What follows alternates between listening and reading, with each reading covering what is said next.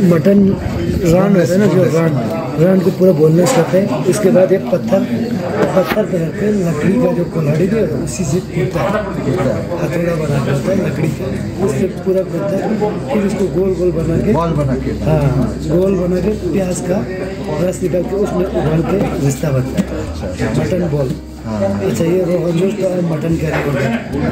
ये मटन जो कबाब है ये भी सेम उसी तरह कूट के फिर सीख पे लगा के तंदूर में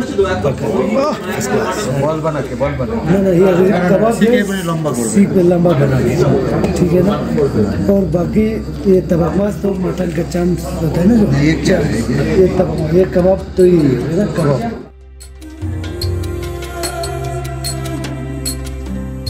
শ্রীনগর থেকে 204 কিলোমিটার পথ অতিক্রম করে আমরা কার্গিলে এসে পৌঁছলাম। এই কার্গিলেই আজ আমাদের রাত্রিবাস। সুরু নদীর তীরে অবস্থিত কার্গিল প্রাচীন রেশম পথের একটা গুরুত্বপূর্ণ জনপদ ছিল। কার্গিল এবং সংলগ্ন এলাকায় প্রধানত ইসলামিক বালতি জনগোষ্ঠীর মানুষজনের বাস।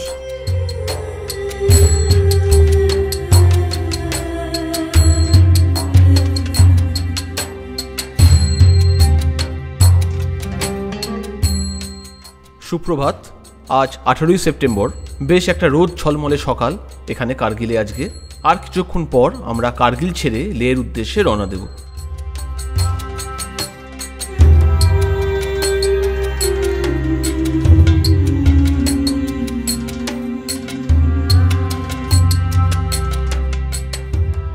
কার্গিল থেকে লে দুভাবে যাওয়া যায়। প্রথম পথটা শ্রীনগর লে হাইওয়ে বা NH1 ধরে মুলবেক, নামিকলা, ফাটুলা, লামায়ুরু, খালসে, নিমো হয়ে লে পৌঁছানো যায়।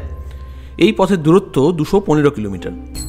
আরেকটা রাস্তা কার্গিল থেকে বাতালি এবং আরিয়ান ভিলেজ ক্রস করে ইন্দাস ভ্যালি রোড ধরে খালসে হয়ে লে পৌঁছানো যায়। এই পথের দূরত্ব 265 কিলোমিটার। আমরা এই দ্বিতীয় পথটাই আজকে ধরব লে যাওয়ার জন্য, অর্থাৎ আমাদের এই পথে প্রায় 50 কিলোমিটার এক্সট্রা জার্নি করতে হবে। কার্গিল থেকে হাম্বুটিংলা হয়ে বাতালিকের দূরত্ব প্রায় 53 কিলোমিটার। এই বাতালিক থেকে আমরা ইন্দাস ভ্যালি রোডটা ধরব। সেই বাতালিক থেকে আর্যদের গ্রাম গারকনের দূরত্ব প্রায় 27 কিলোমিটার। এই গারকনে আমরা আর্যদের একটি মিউজিয়াম দেখব।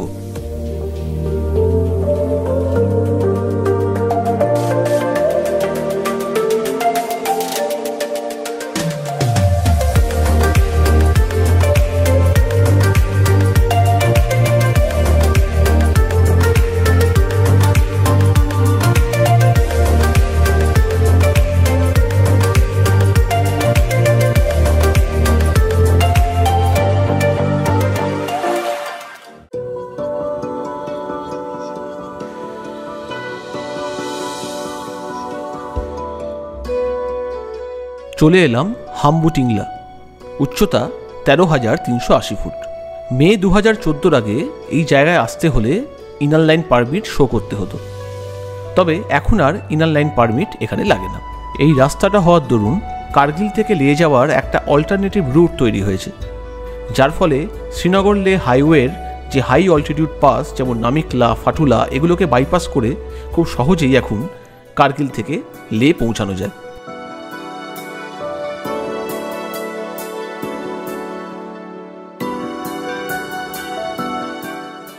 আপনারা যদি কার্গিল থেকে লে যাওয়ার পথে আর্যগ্রাম ঘোরার প্ল্যান রাখেন, তাহলে এই পাস অতিক্রম করে আপনাকে এগিয়ে যেতে হবে।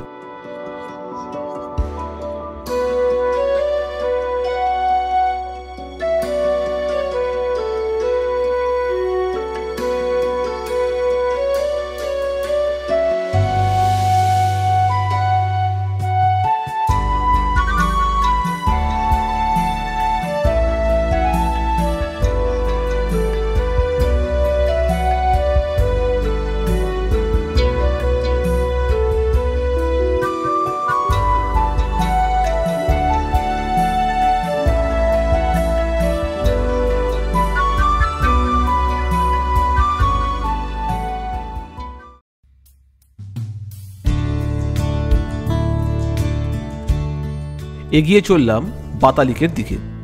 বাতালিক ছেড়ে আমরা চলে যাব সিন্ধু তীরবর্তী লাদাখের আর্য উপত্যকা বা আরিয়ান ভ্যালির দিকে। এই অঞ্চলে মোট 4টি আর্য গ্রাম রয়েছে। তার মধ্যে 2টি হল কার্গিল জেলায়, যথাক্রমে দারচিক এবং গারকন, আর 2টো গ্রাম দা এবং হানু লে জেলার অন্তর্গত।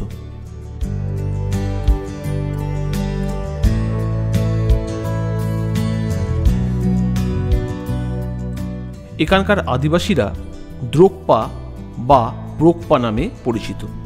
অনেকেই মনে করেন এরাই খাঁটি আর্যদের বংশধর।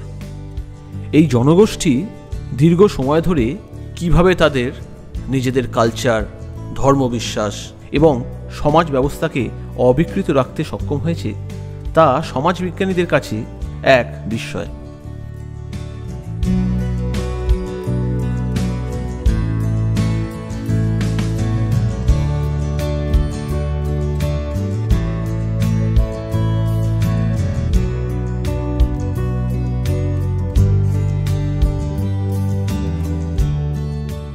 আমরা পৌঁছে গেলাম বাতালিক। এই বাতালিকের খুব কাছেই এলওসি।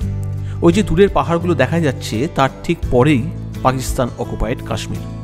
বাতালিক সেক্টরের অবস্থান, উচ্চতা এবং কঠিন ভূখণ্ডের জন্য কার্গিল যুদ্ধের সময় এটি ভারত এবং পাকিস্তান উভয়ের জন্যই একটি গুরুত্বপূর্ণ এলাকা হয়ে ওঠে। এই বাতালিকেই আমাদের সিন্ধু নদের সাথে প্রথম দেখা হলো। ভাবা যায় এই সেই সিন্ধু নদ, যেই সিন্ধু নদের পাড়ে হরপ্পা, মহেঞ্জোদারোর মতো পুরনো নগরগুলো গড়ে উঠেছিল।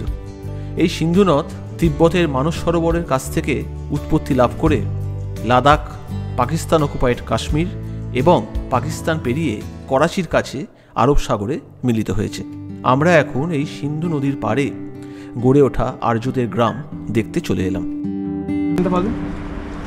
এবার এইখানটা পাওয়া যাওয়ার চেষ্টা করুন। এই বড়টায় পাওয়া যায়, একদম বড় যে ধাপিটা এইটাতে। হ্যাঁ, ডাইরেক্ট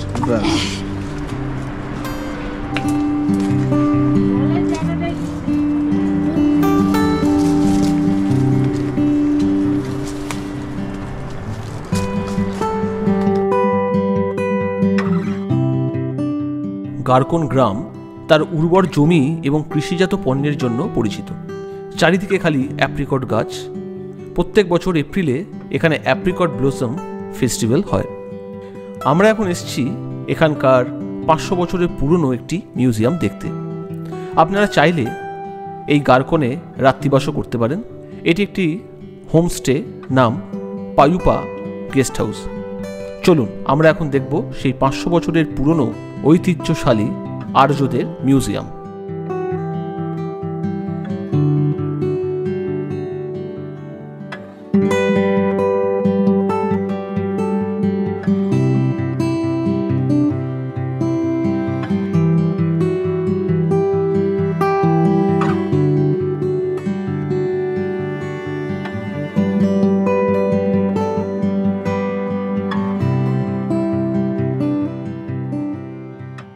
ये हमारा गर्मियों के समय का किचन है।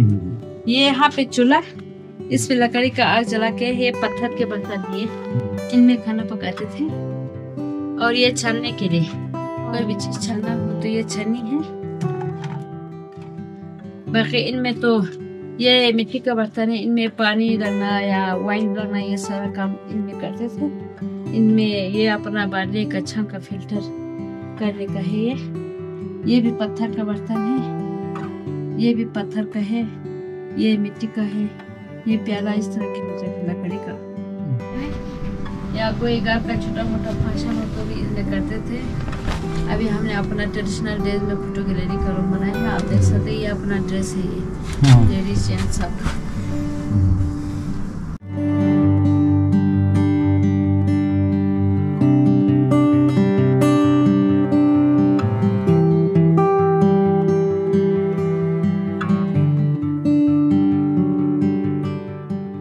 দ্রোকপাদের ধর্মবিশ্বাস হল জড় এবং প্রাকৃতিক বস্তুর ওপর প্রাণের আরোপণ এবং তার উপাসনা। এই গারকন গ্রাম সংলগ্ন পাহাড়ের বিশেষ একটি জায়গাকে বেছে নিয়ে তৈরি করা হয় পূজাস্থল, যেখানে সযত্নে রাখা থাকে বিভিন্ন আকৃতির ছোট বড় প্রস্তরখণ্ড, গাছের ডালপালা, পাহাড়ি ছাগল আইবেক্সের শিং এবং আরও কিছু প্রাকৃতিক বস্তু।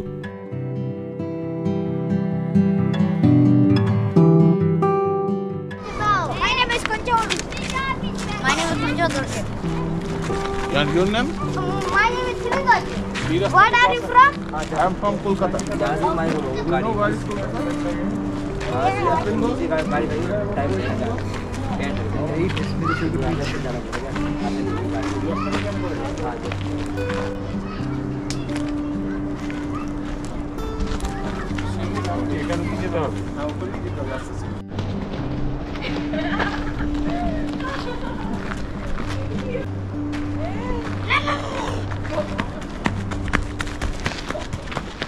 গারকোন থেকে সংযোগ হয়ে ইন্দাস ভ্যালি রোড ধরে সোজা খালসে অবধি চলে যাওয়া যায়। তবে আমরা লে যাওয়ার আগে লামায়ুরুটা ঘুরে তারপর লে যাব, সেই কারণে আমরা সংযোগ থেকে খাংরাল সংযোগ রোড ধরলাম।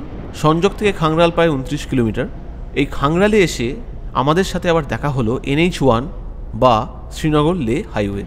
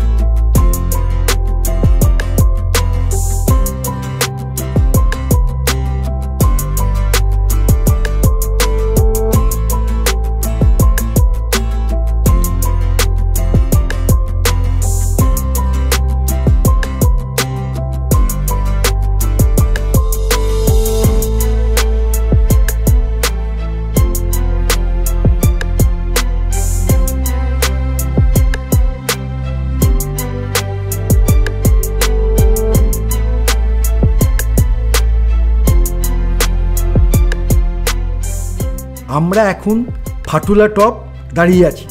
এই ফাটুলা টপ 13,479 ফিট। প্রচণ্ড হাওয়া বইছে, এত হাওয়া বইছে দাঁড়ানো যাচ্ছে না, একটু শ্বাসকষ্ট হচ্ছে। এটাই স্বাভাবিক, কারণ শ্রীনগর লে হাইওয়ের এটাই উচ্চতম স্থান।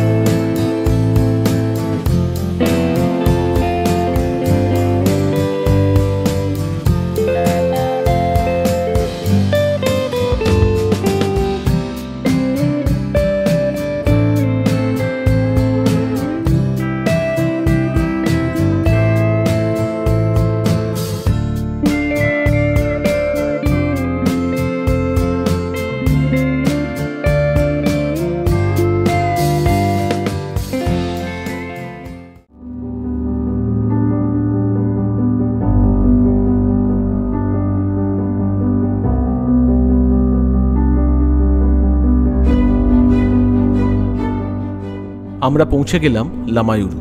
এর প্রধান আকর্ষণ এখানকার প্রাচীন মনাস্ট্রি। লাদাখের উচ্চতম এবং প্রাচীনতম গুম্ফার তালিকায় একেবারেই প্রথম দিকে লামায়ুরুর নাম থাকবে। 1000 বছর আগে খাড়া পাহাড়ের গায়ে কিভাবে নির্মিত হয়েছিল এই বৌদ্ধমঠ ভাবলে অবাক লাগে।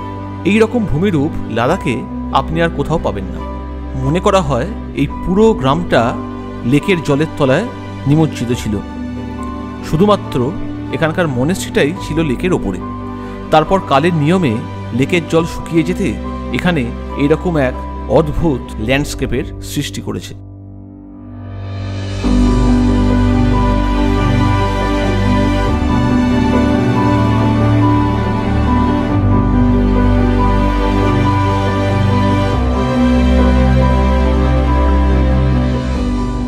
লামায়ুরু থেকে লের পথ ধরে খানিকটা এসে আমরা পৌঁছে গেলাম এক প্রাকৃতিক বিস্ময়ের সামনে।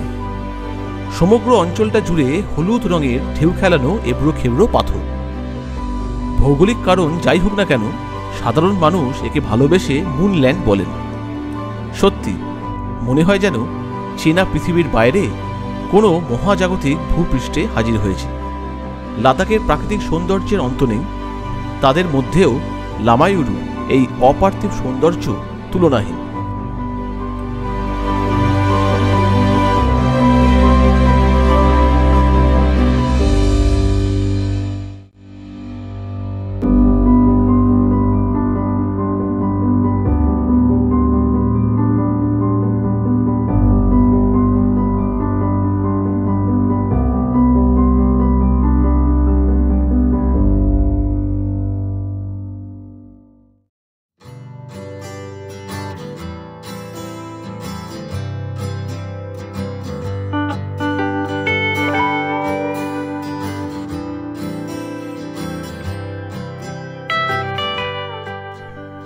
এই যে ডান দিকে যে রাস্তাটা চলে যাচ্ছে, এই রাস্তাটা দিয়ে লামায়ুরু থেকে ডিরেক্ট জাংস্কার ভ্যালির জাংস্কার বা পাদুং শহরে চলে যাওয়া যায়। পথে পড়ে সিরসিল্লা এবং সিঙ্গেলা। লামায়ুরু থেকে বেশ কিছুটা পথ নেমে আসার পর আমাদের সাথে দেখা মিলল একটি নদী। পরে জেনেছিলাম এটি হলো সিন্ধু নদের একটি শাখা নদী। খালসে ঢোকার কিছুটা আগে সিন্ধু নদ আমাদের আবার পথ চলার সঙ্গী হলো। একটু লক্ষ্য করলেই দেখতে পারবেন সিন্ধু নদের ওপারে ওই যে রাস্তাটা দেখা যাচ্ছে, ওটাই হলো ইন্দাস ভ্যালি রোড, যে রোডটা আমরা ছেড়ে এসেছিলাম। এই দুটো রাস্তা খালসেতে এসে মিলিত হয়েছে। এই কার্গিল লে পথে খালসে শহরের বেশ একটা গুরুত্ব আছে, কারণ দুদিকে যাত্রীরাই এখানে লাঞ্চ করে থাকেন। এখানে একটা চেকপোস্টও আছে। আমরা লাঞ্চ সেরে এগিয়ে চলব লের দিকে।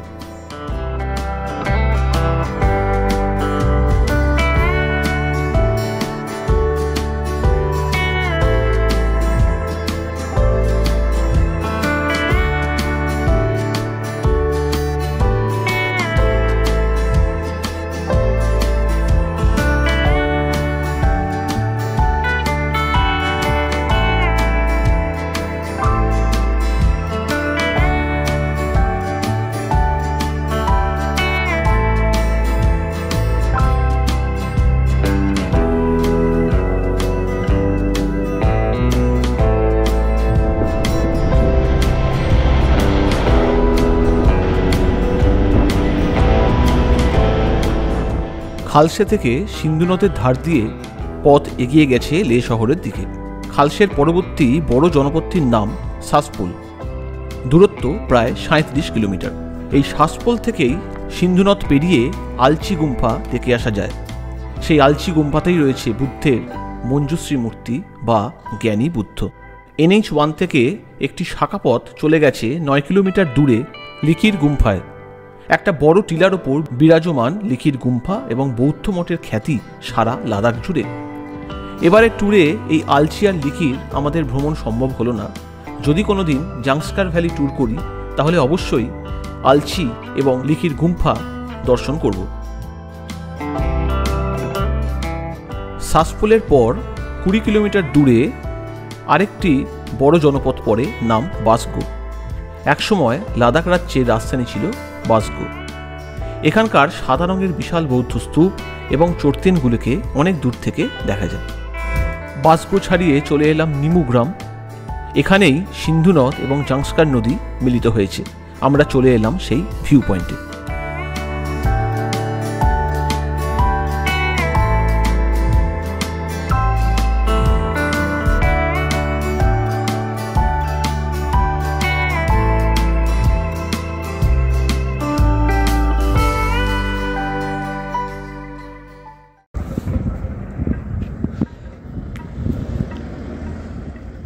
আমরা চলে এলাম গুরুদ্বার পাথর সাহেব। এখানে দর্শন করে চা পান করে আমরা এগিয়ে চলব লেহের দিকে। আজকে আমাদের লে শহরেই রাত্রিবাস।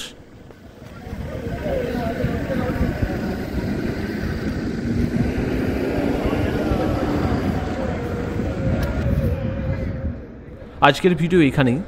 পরের দিন আমরা লে শহরের আশেপাশে ঘুরব।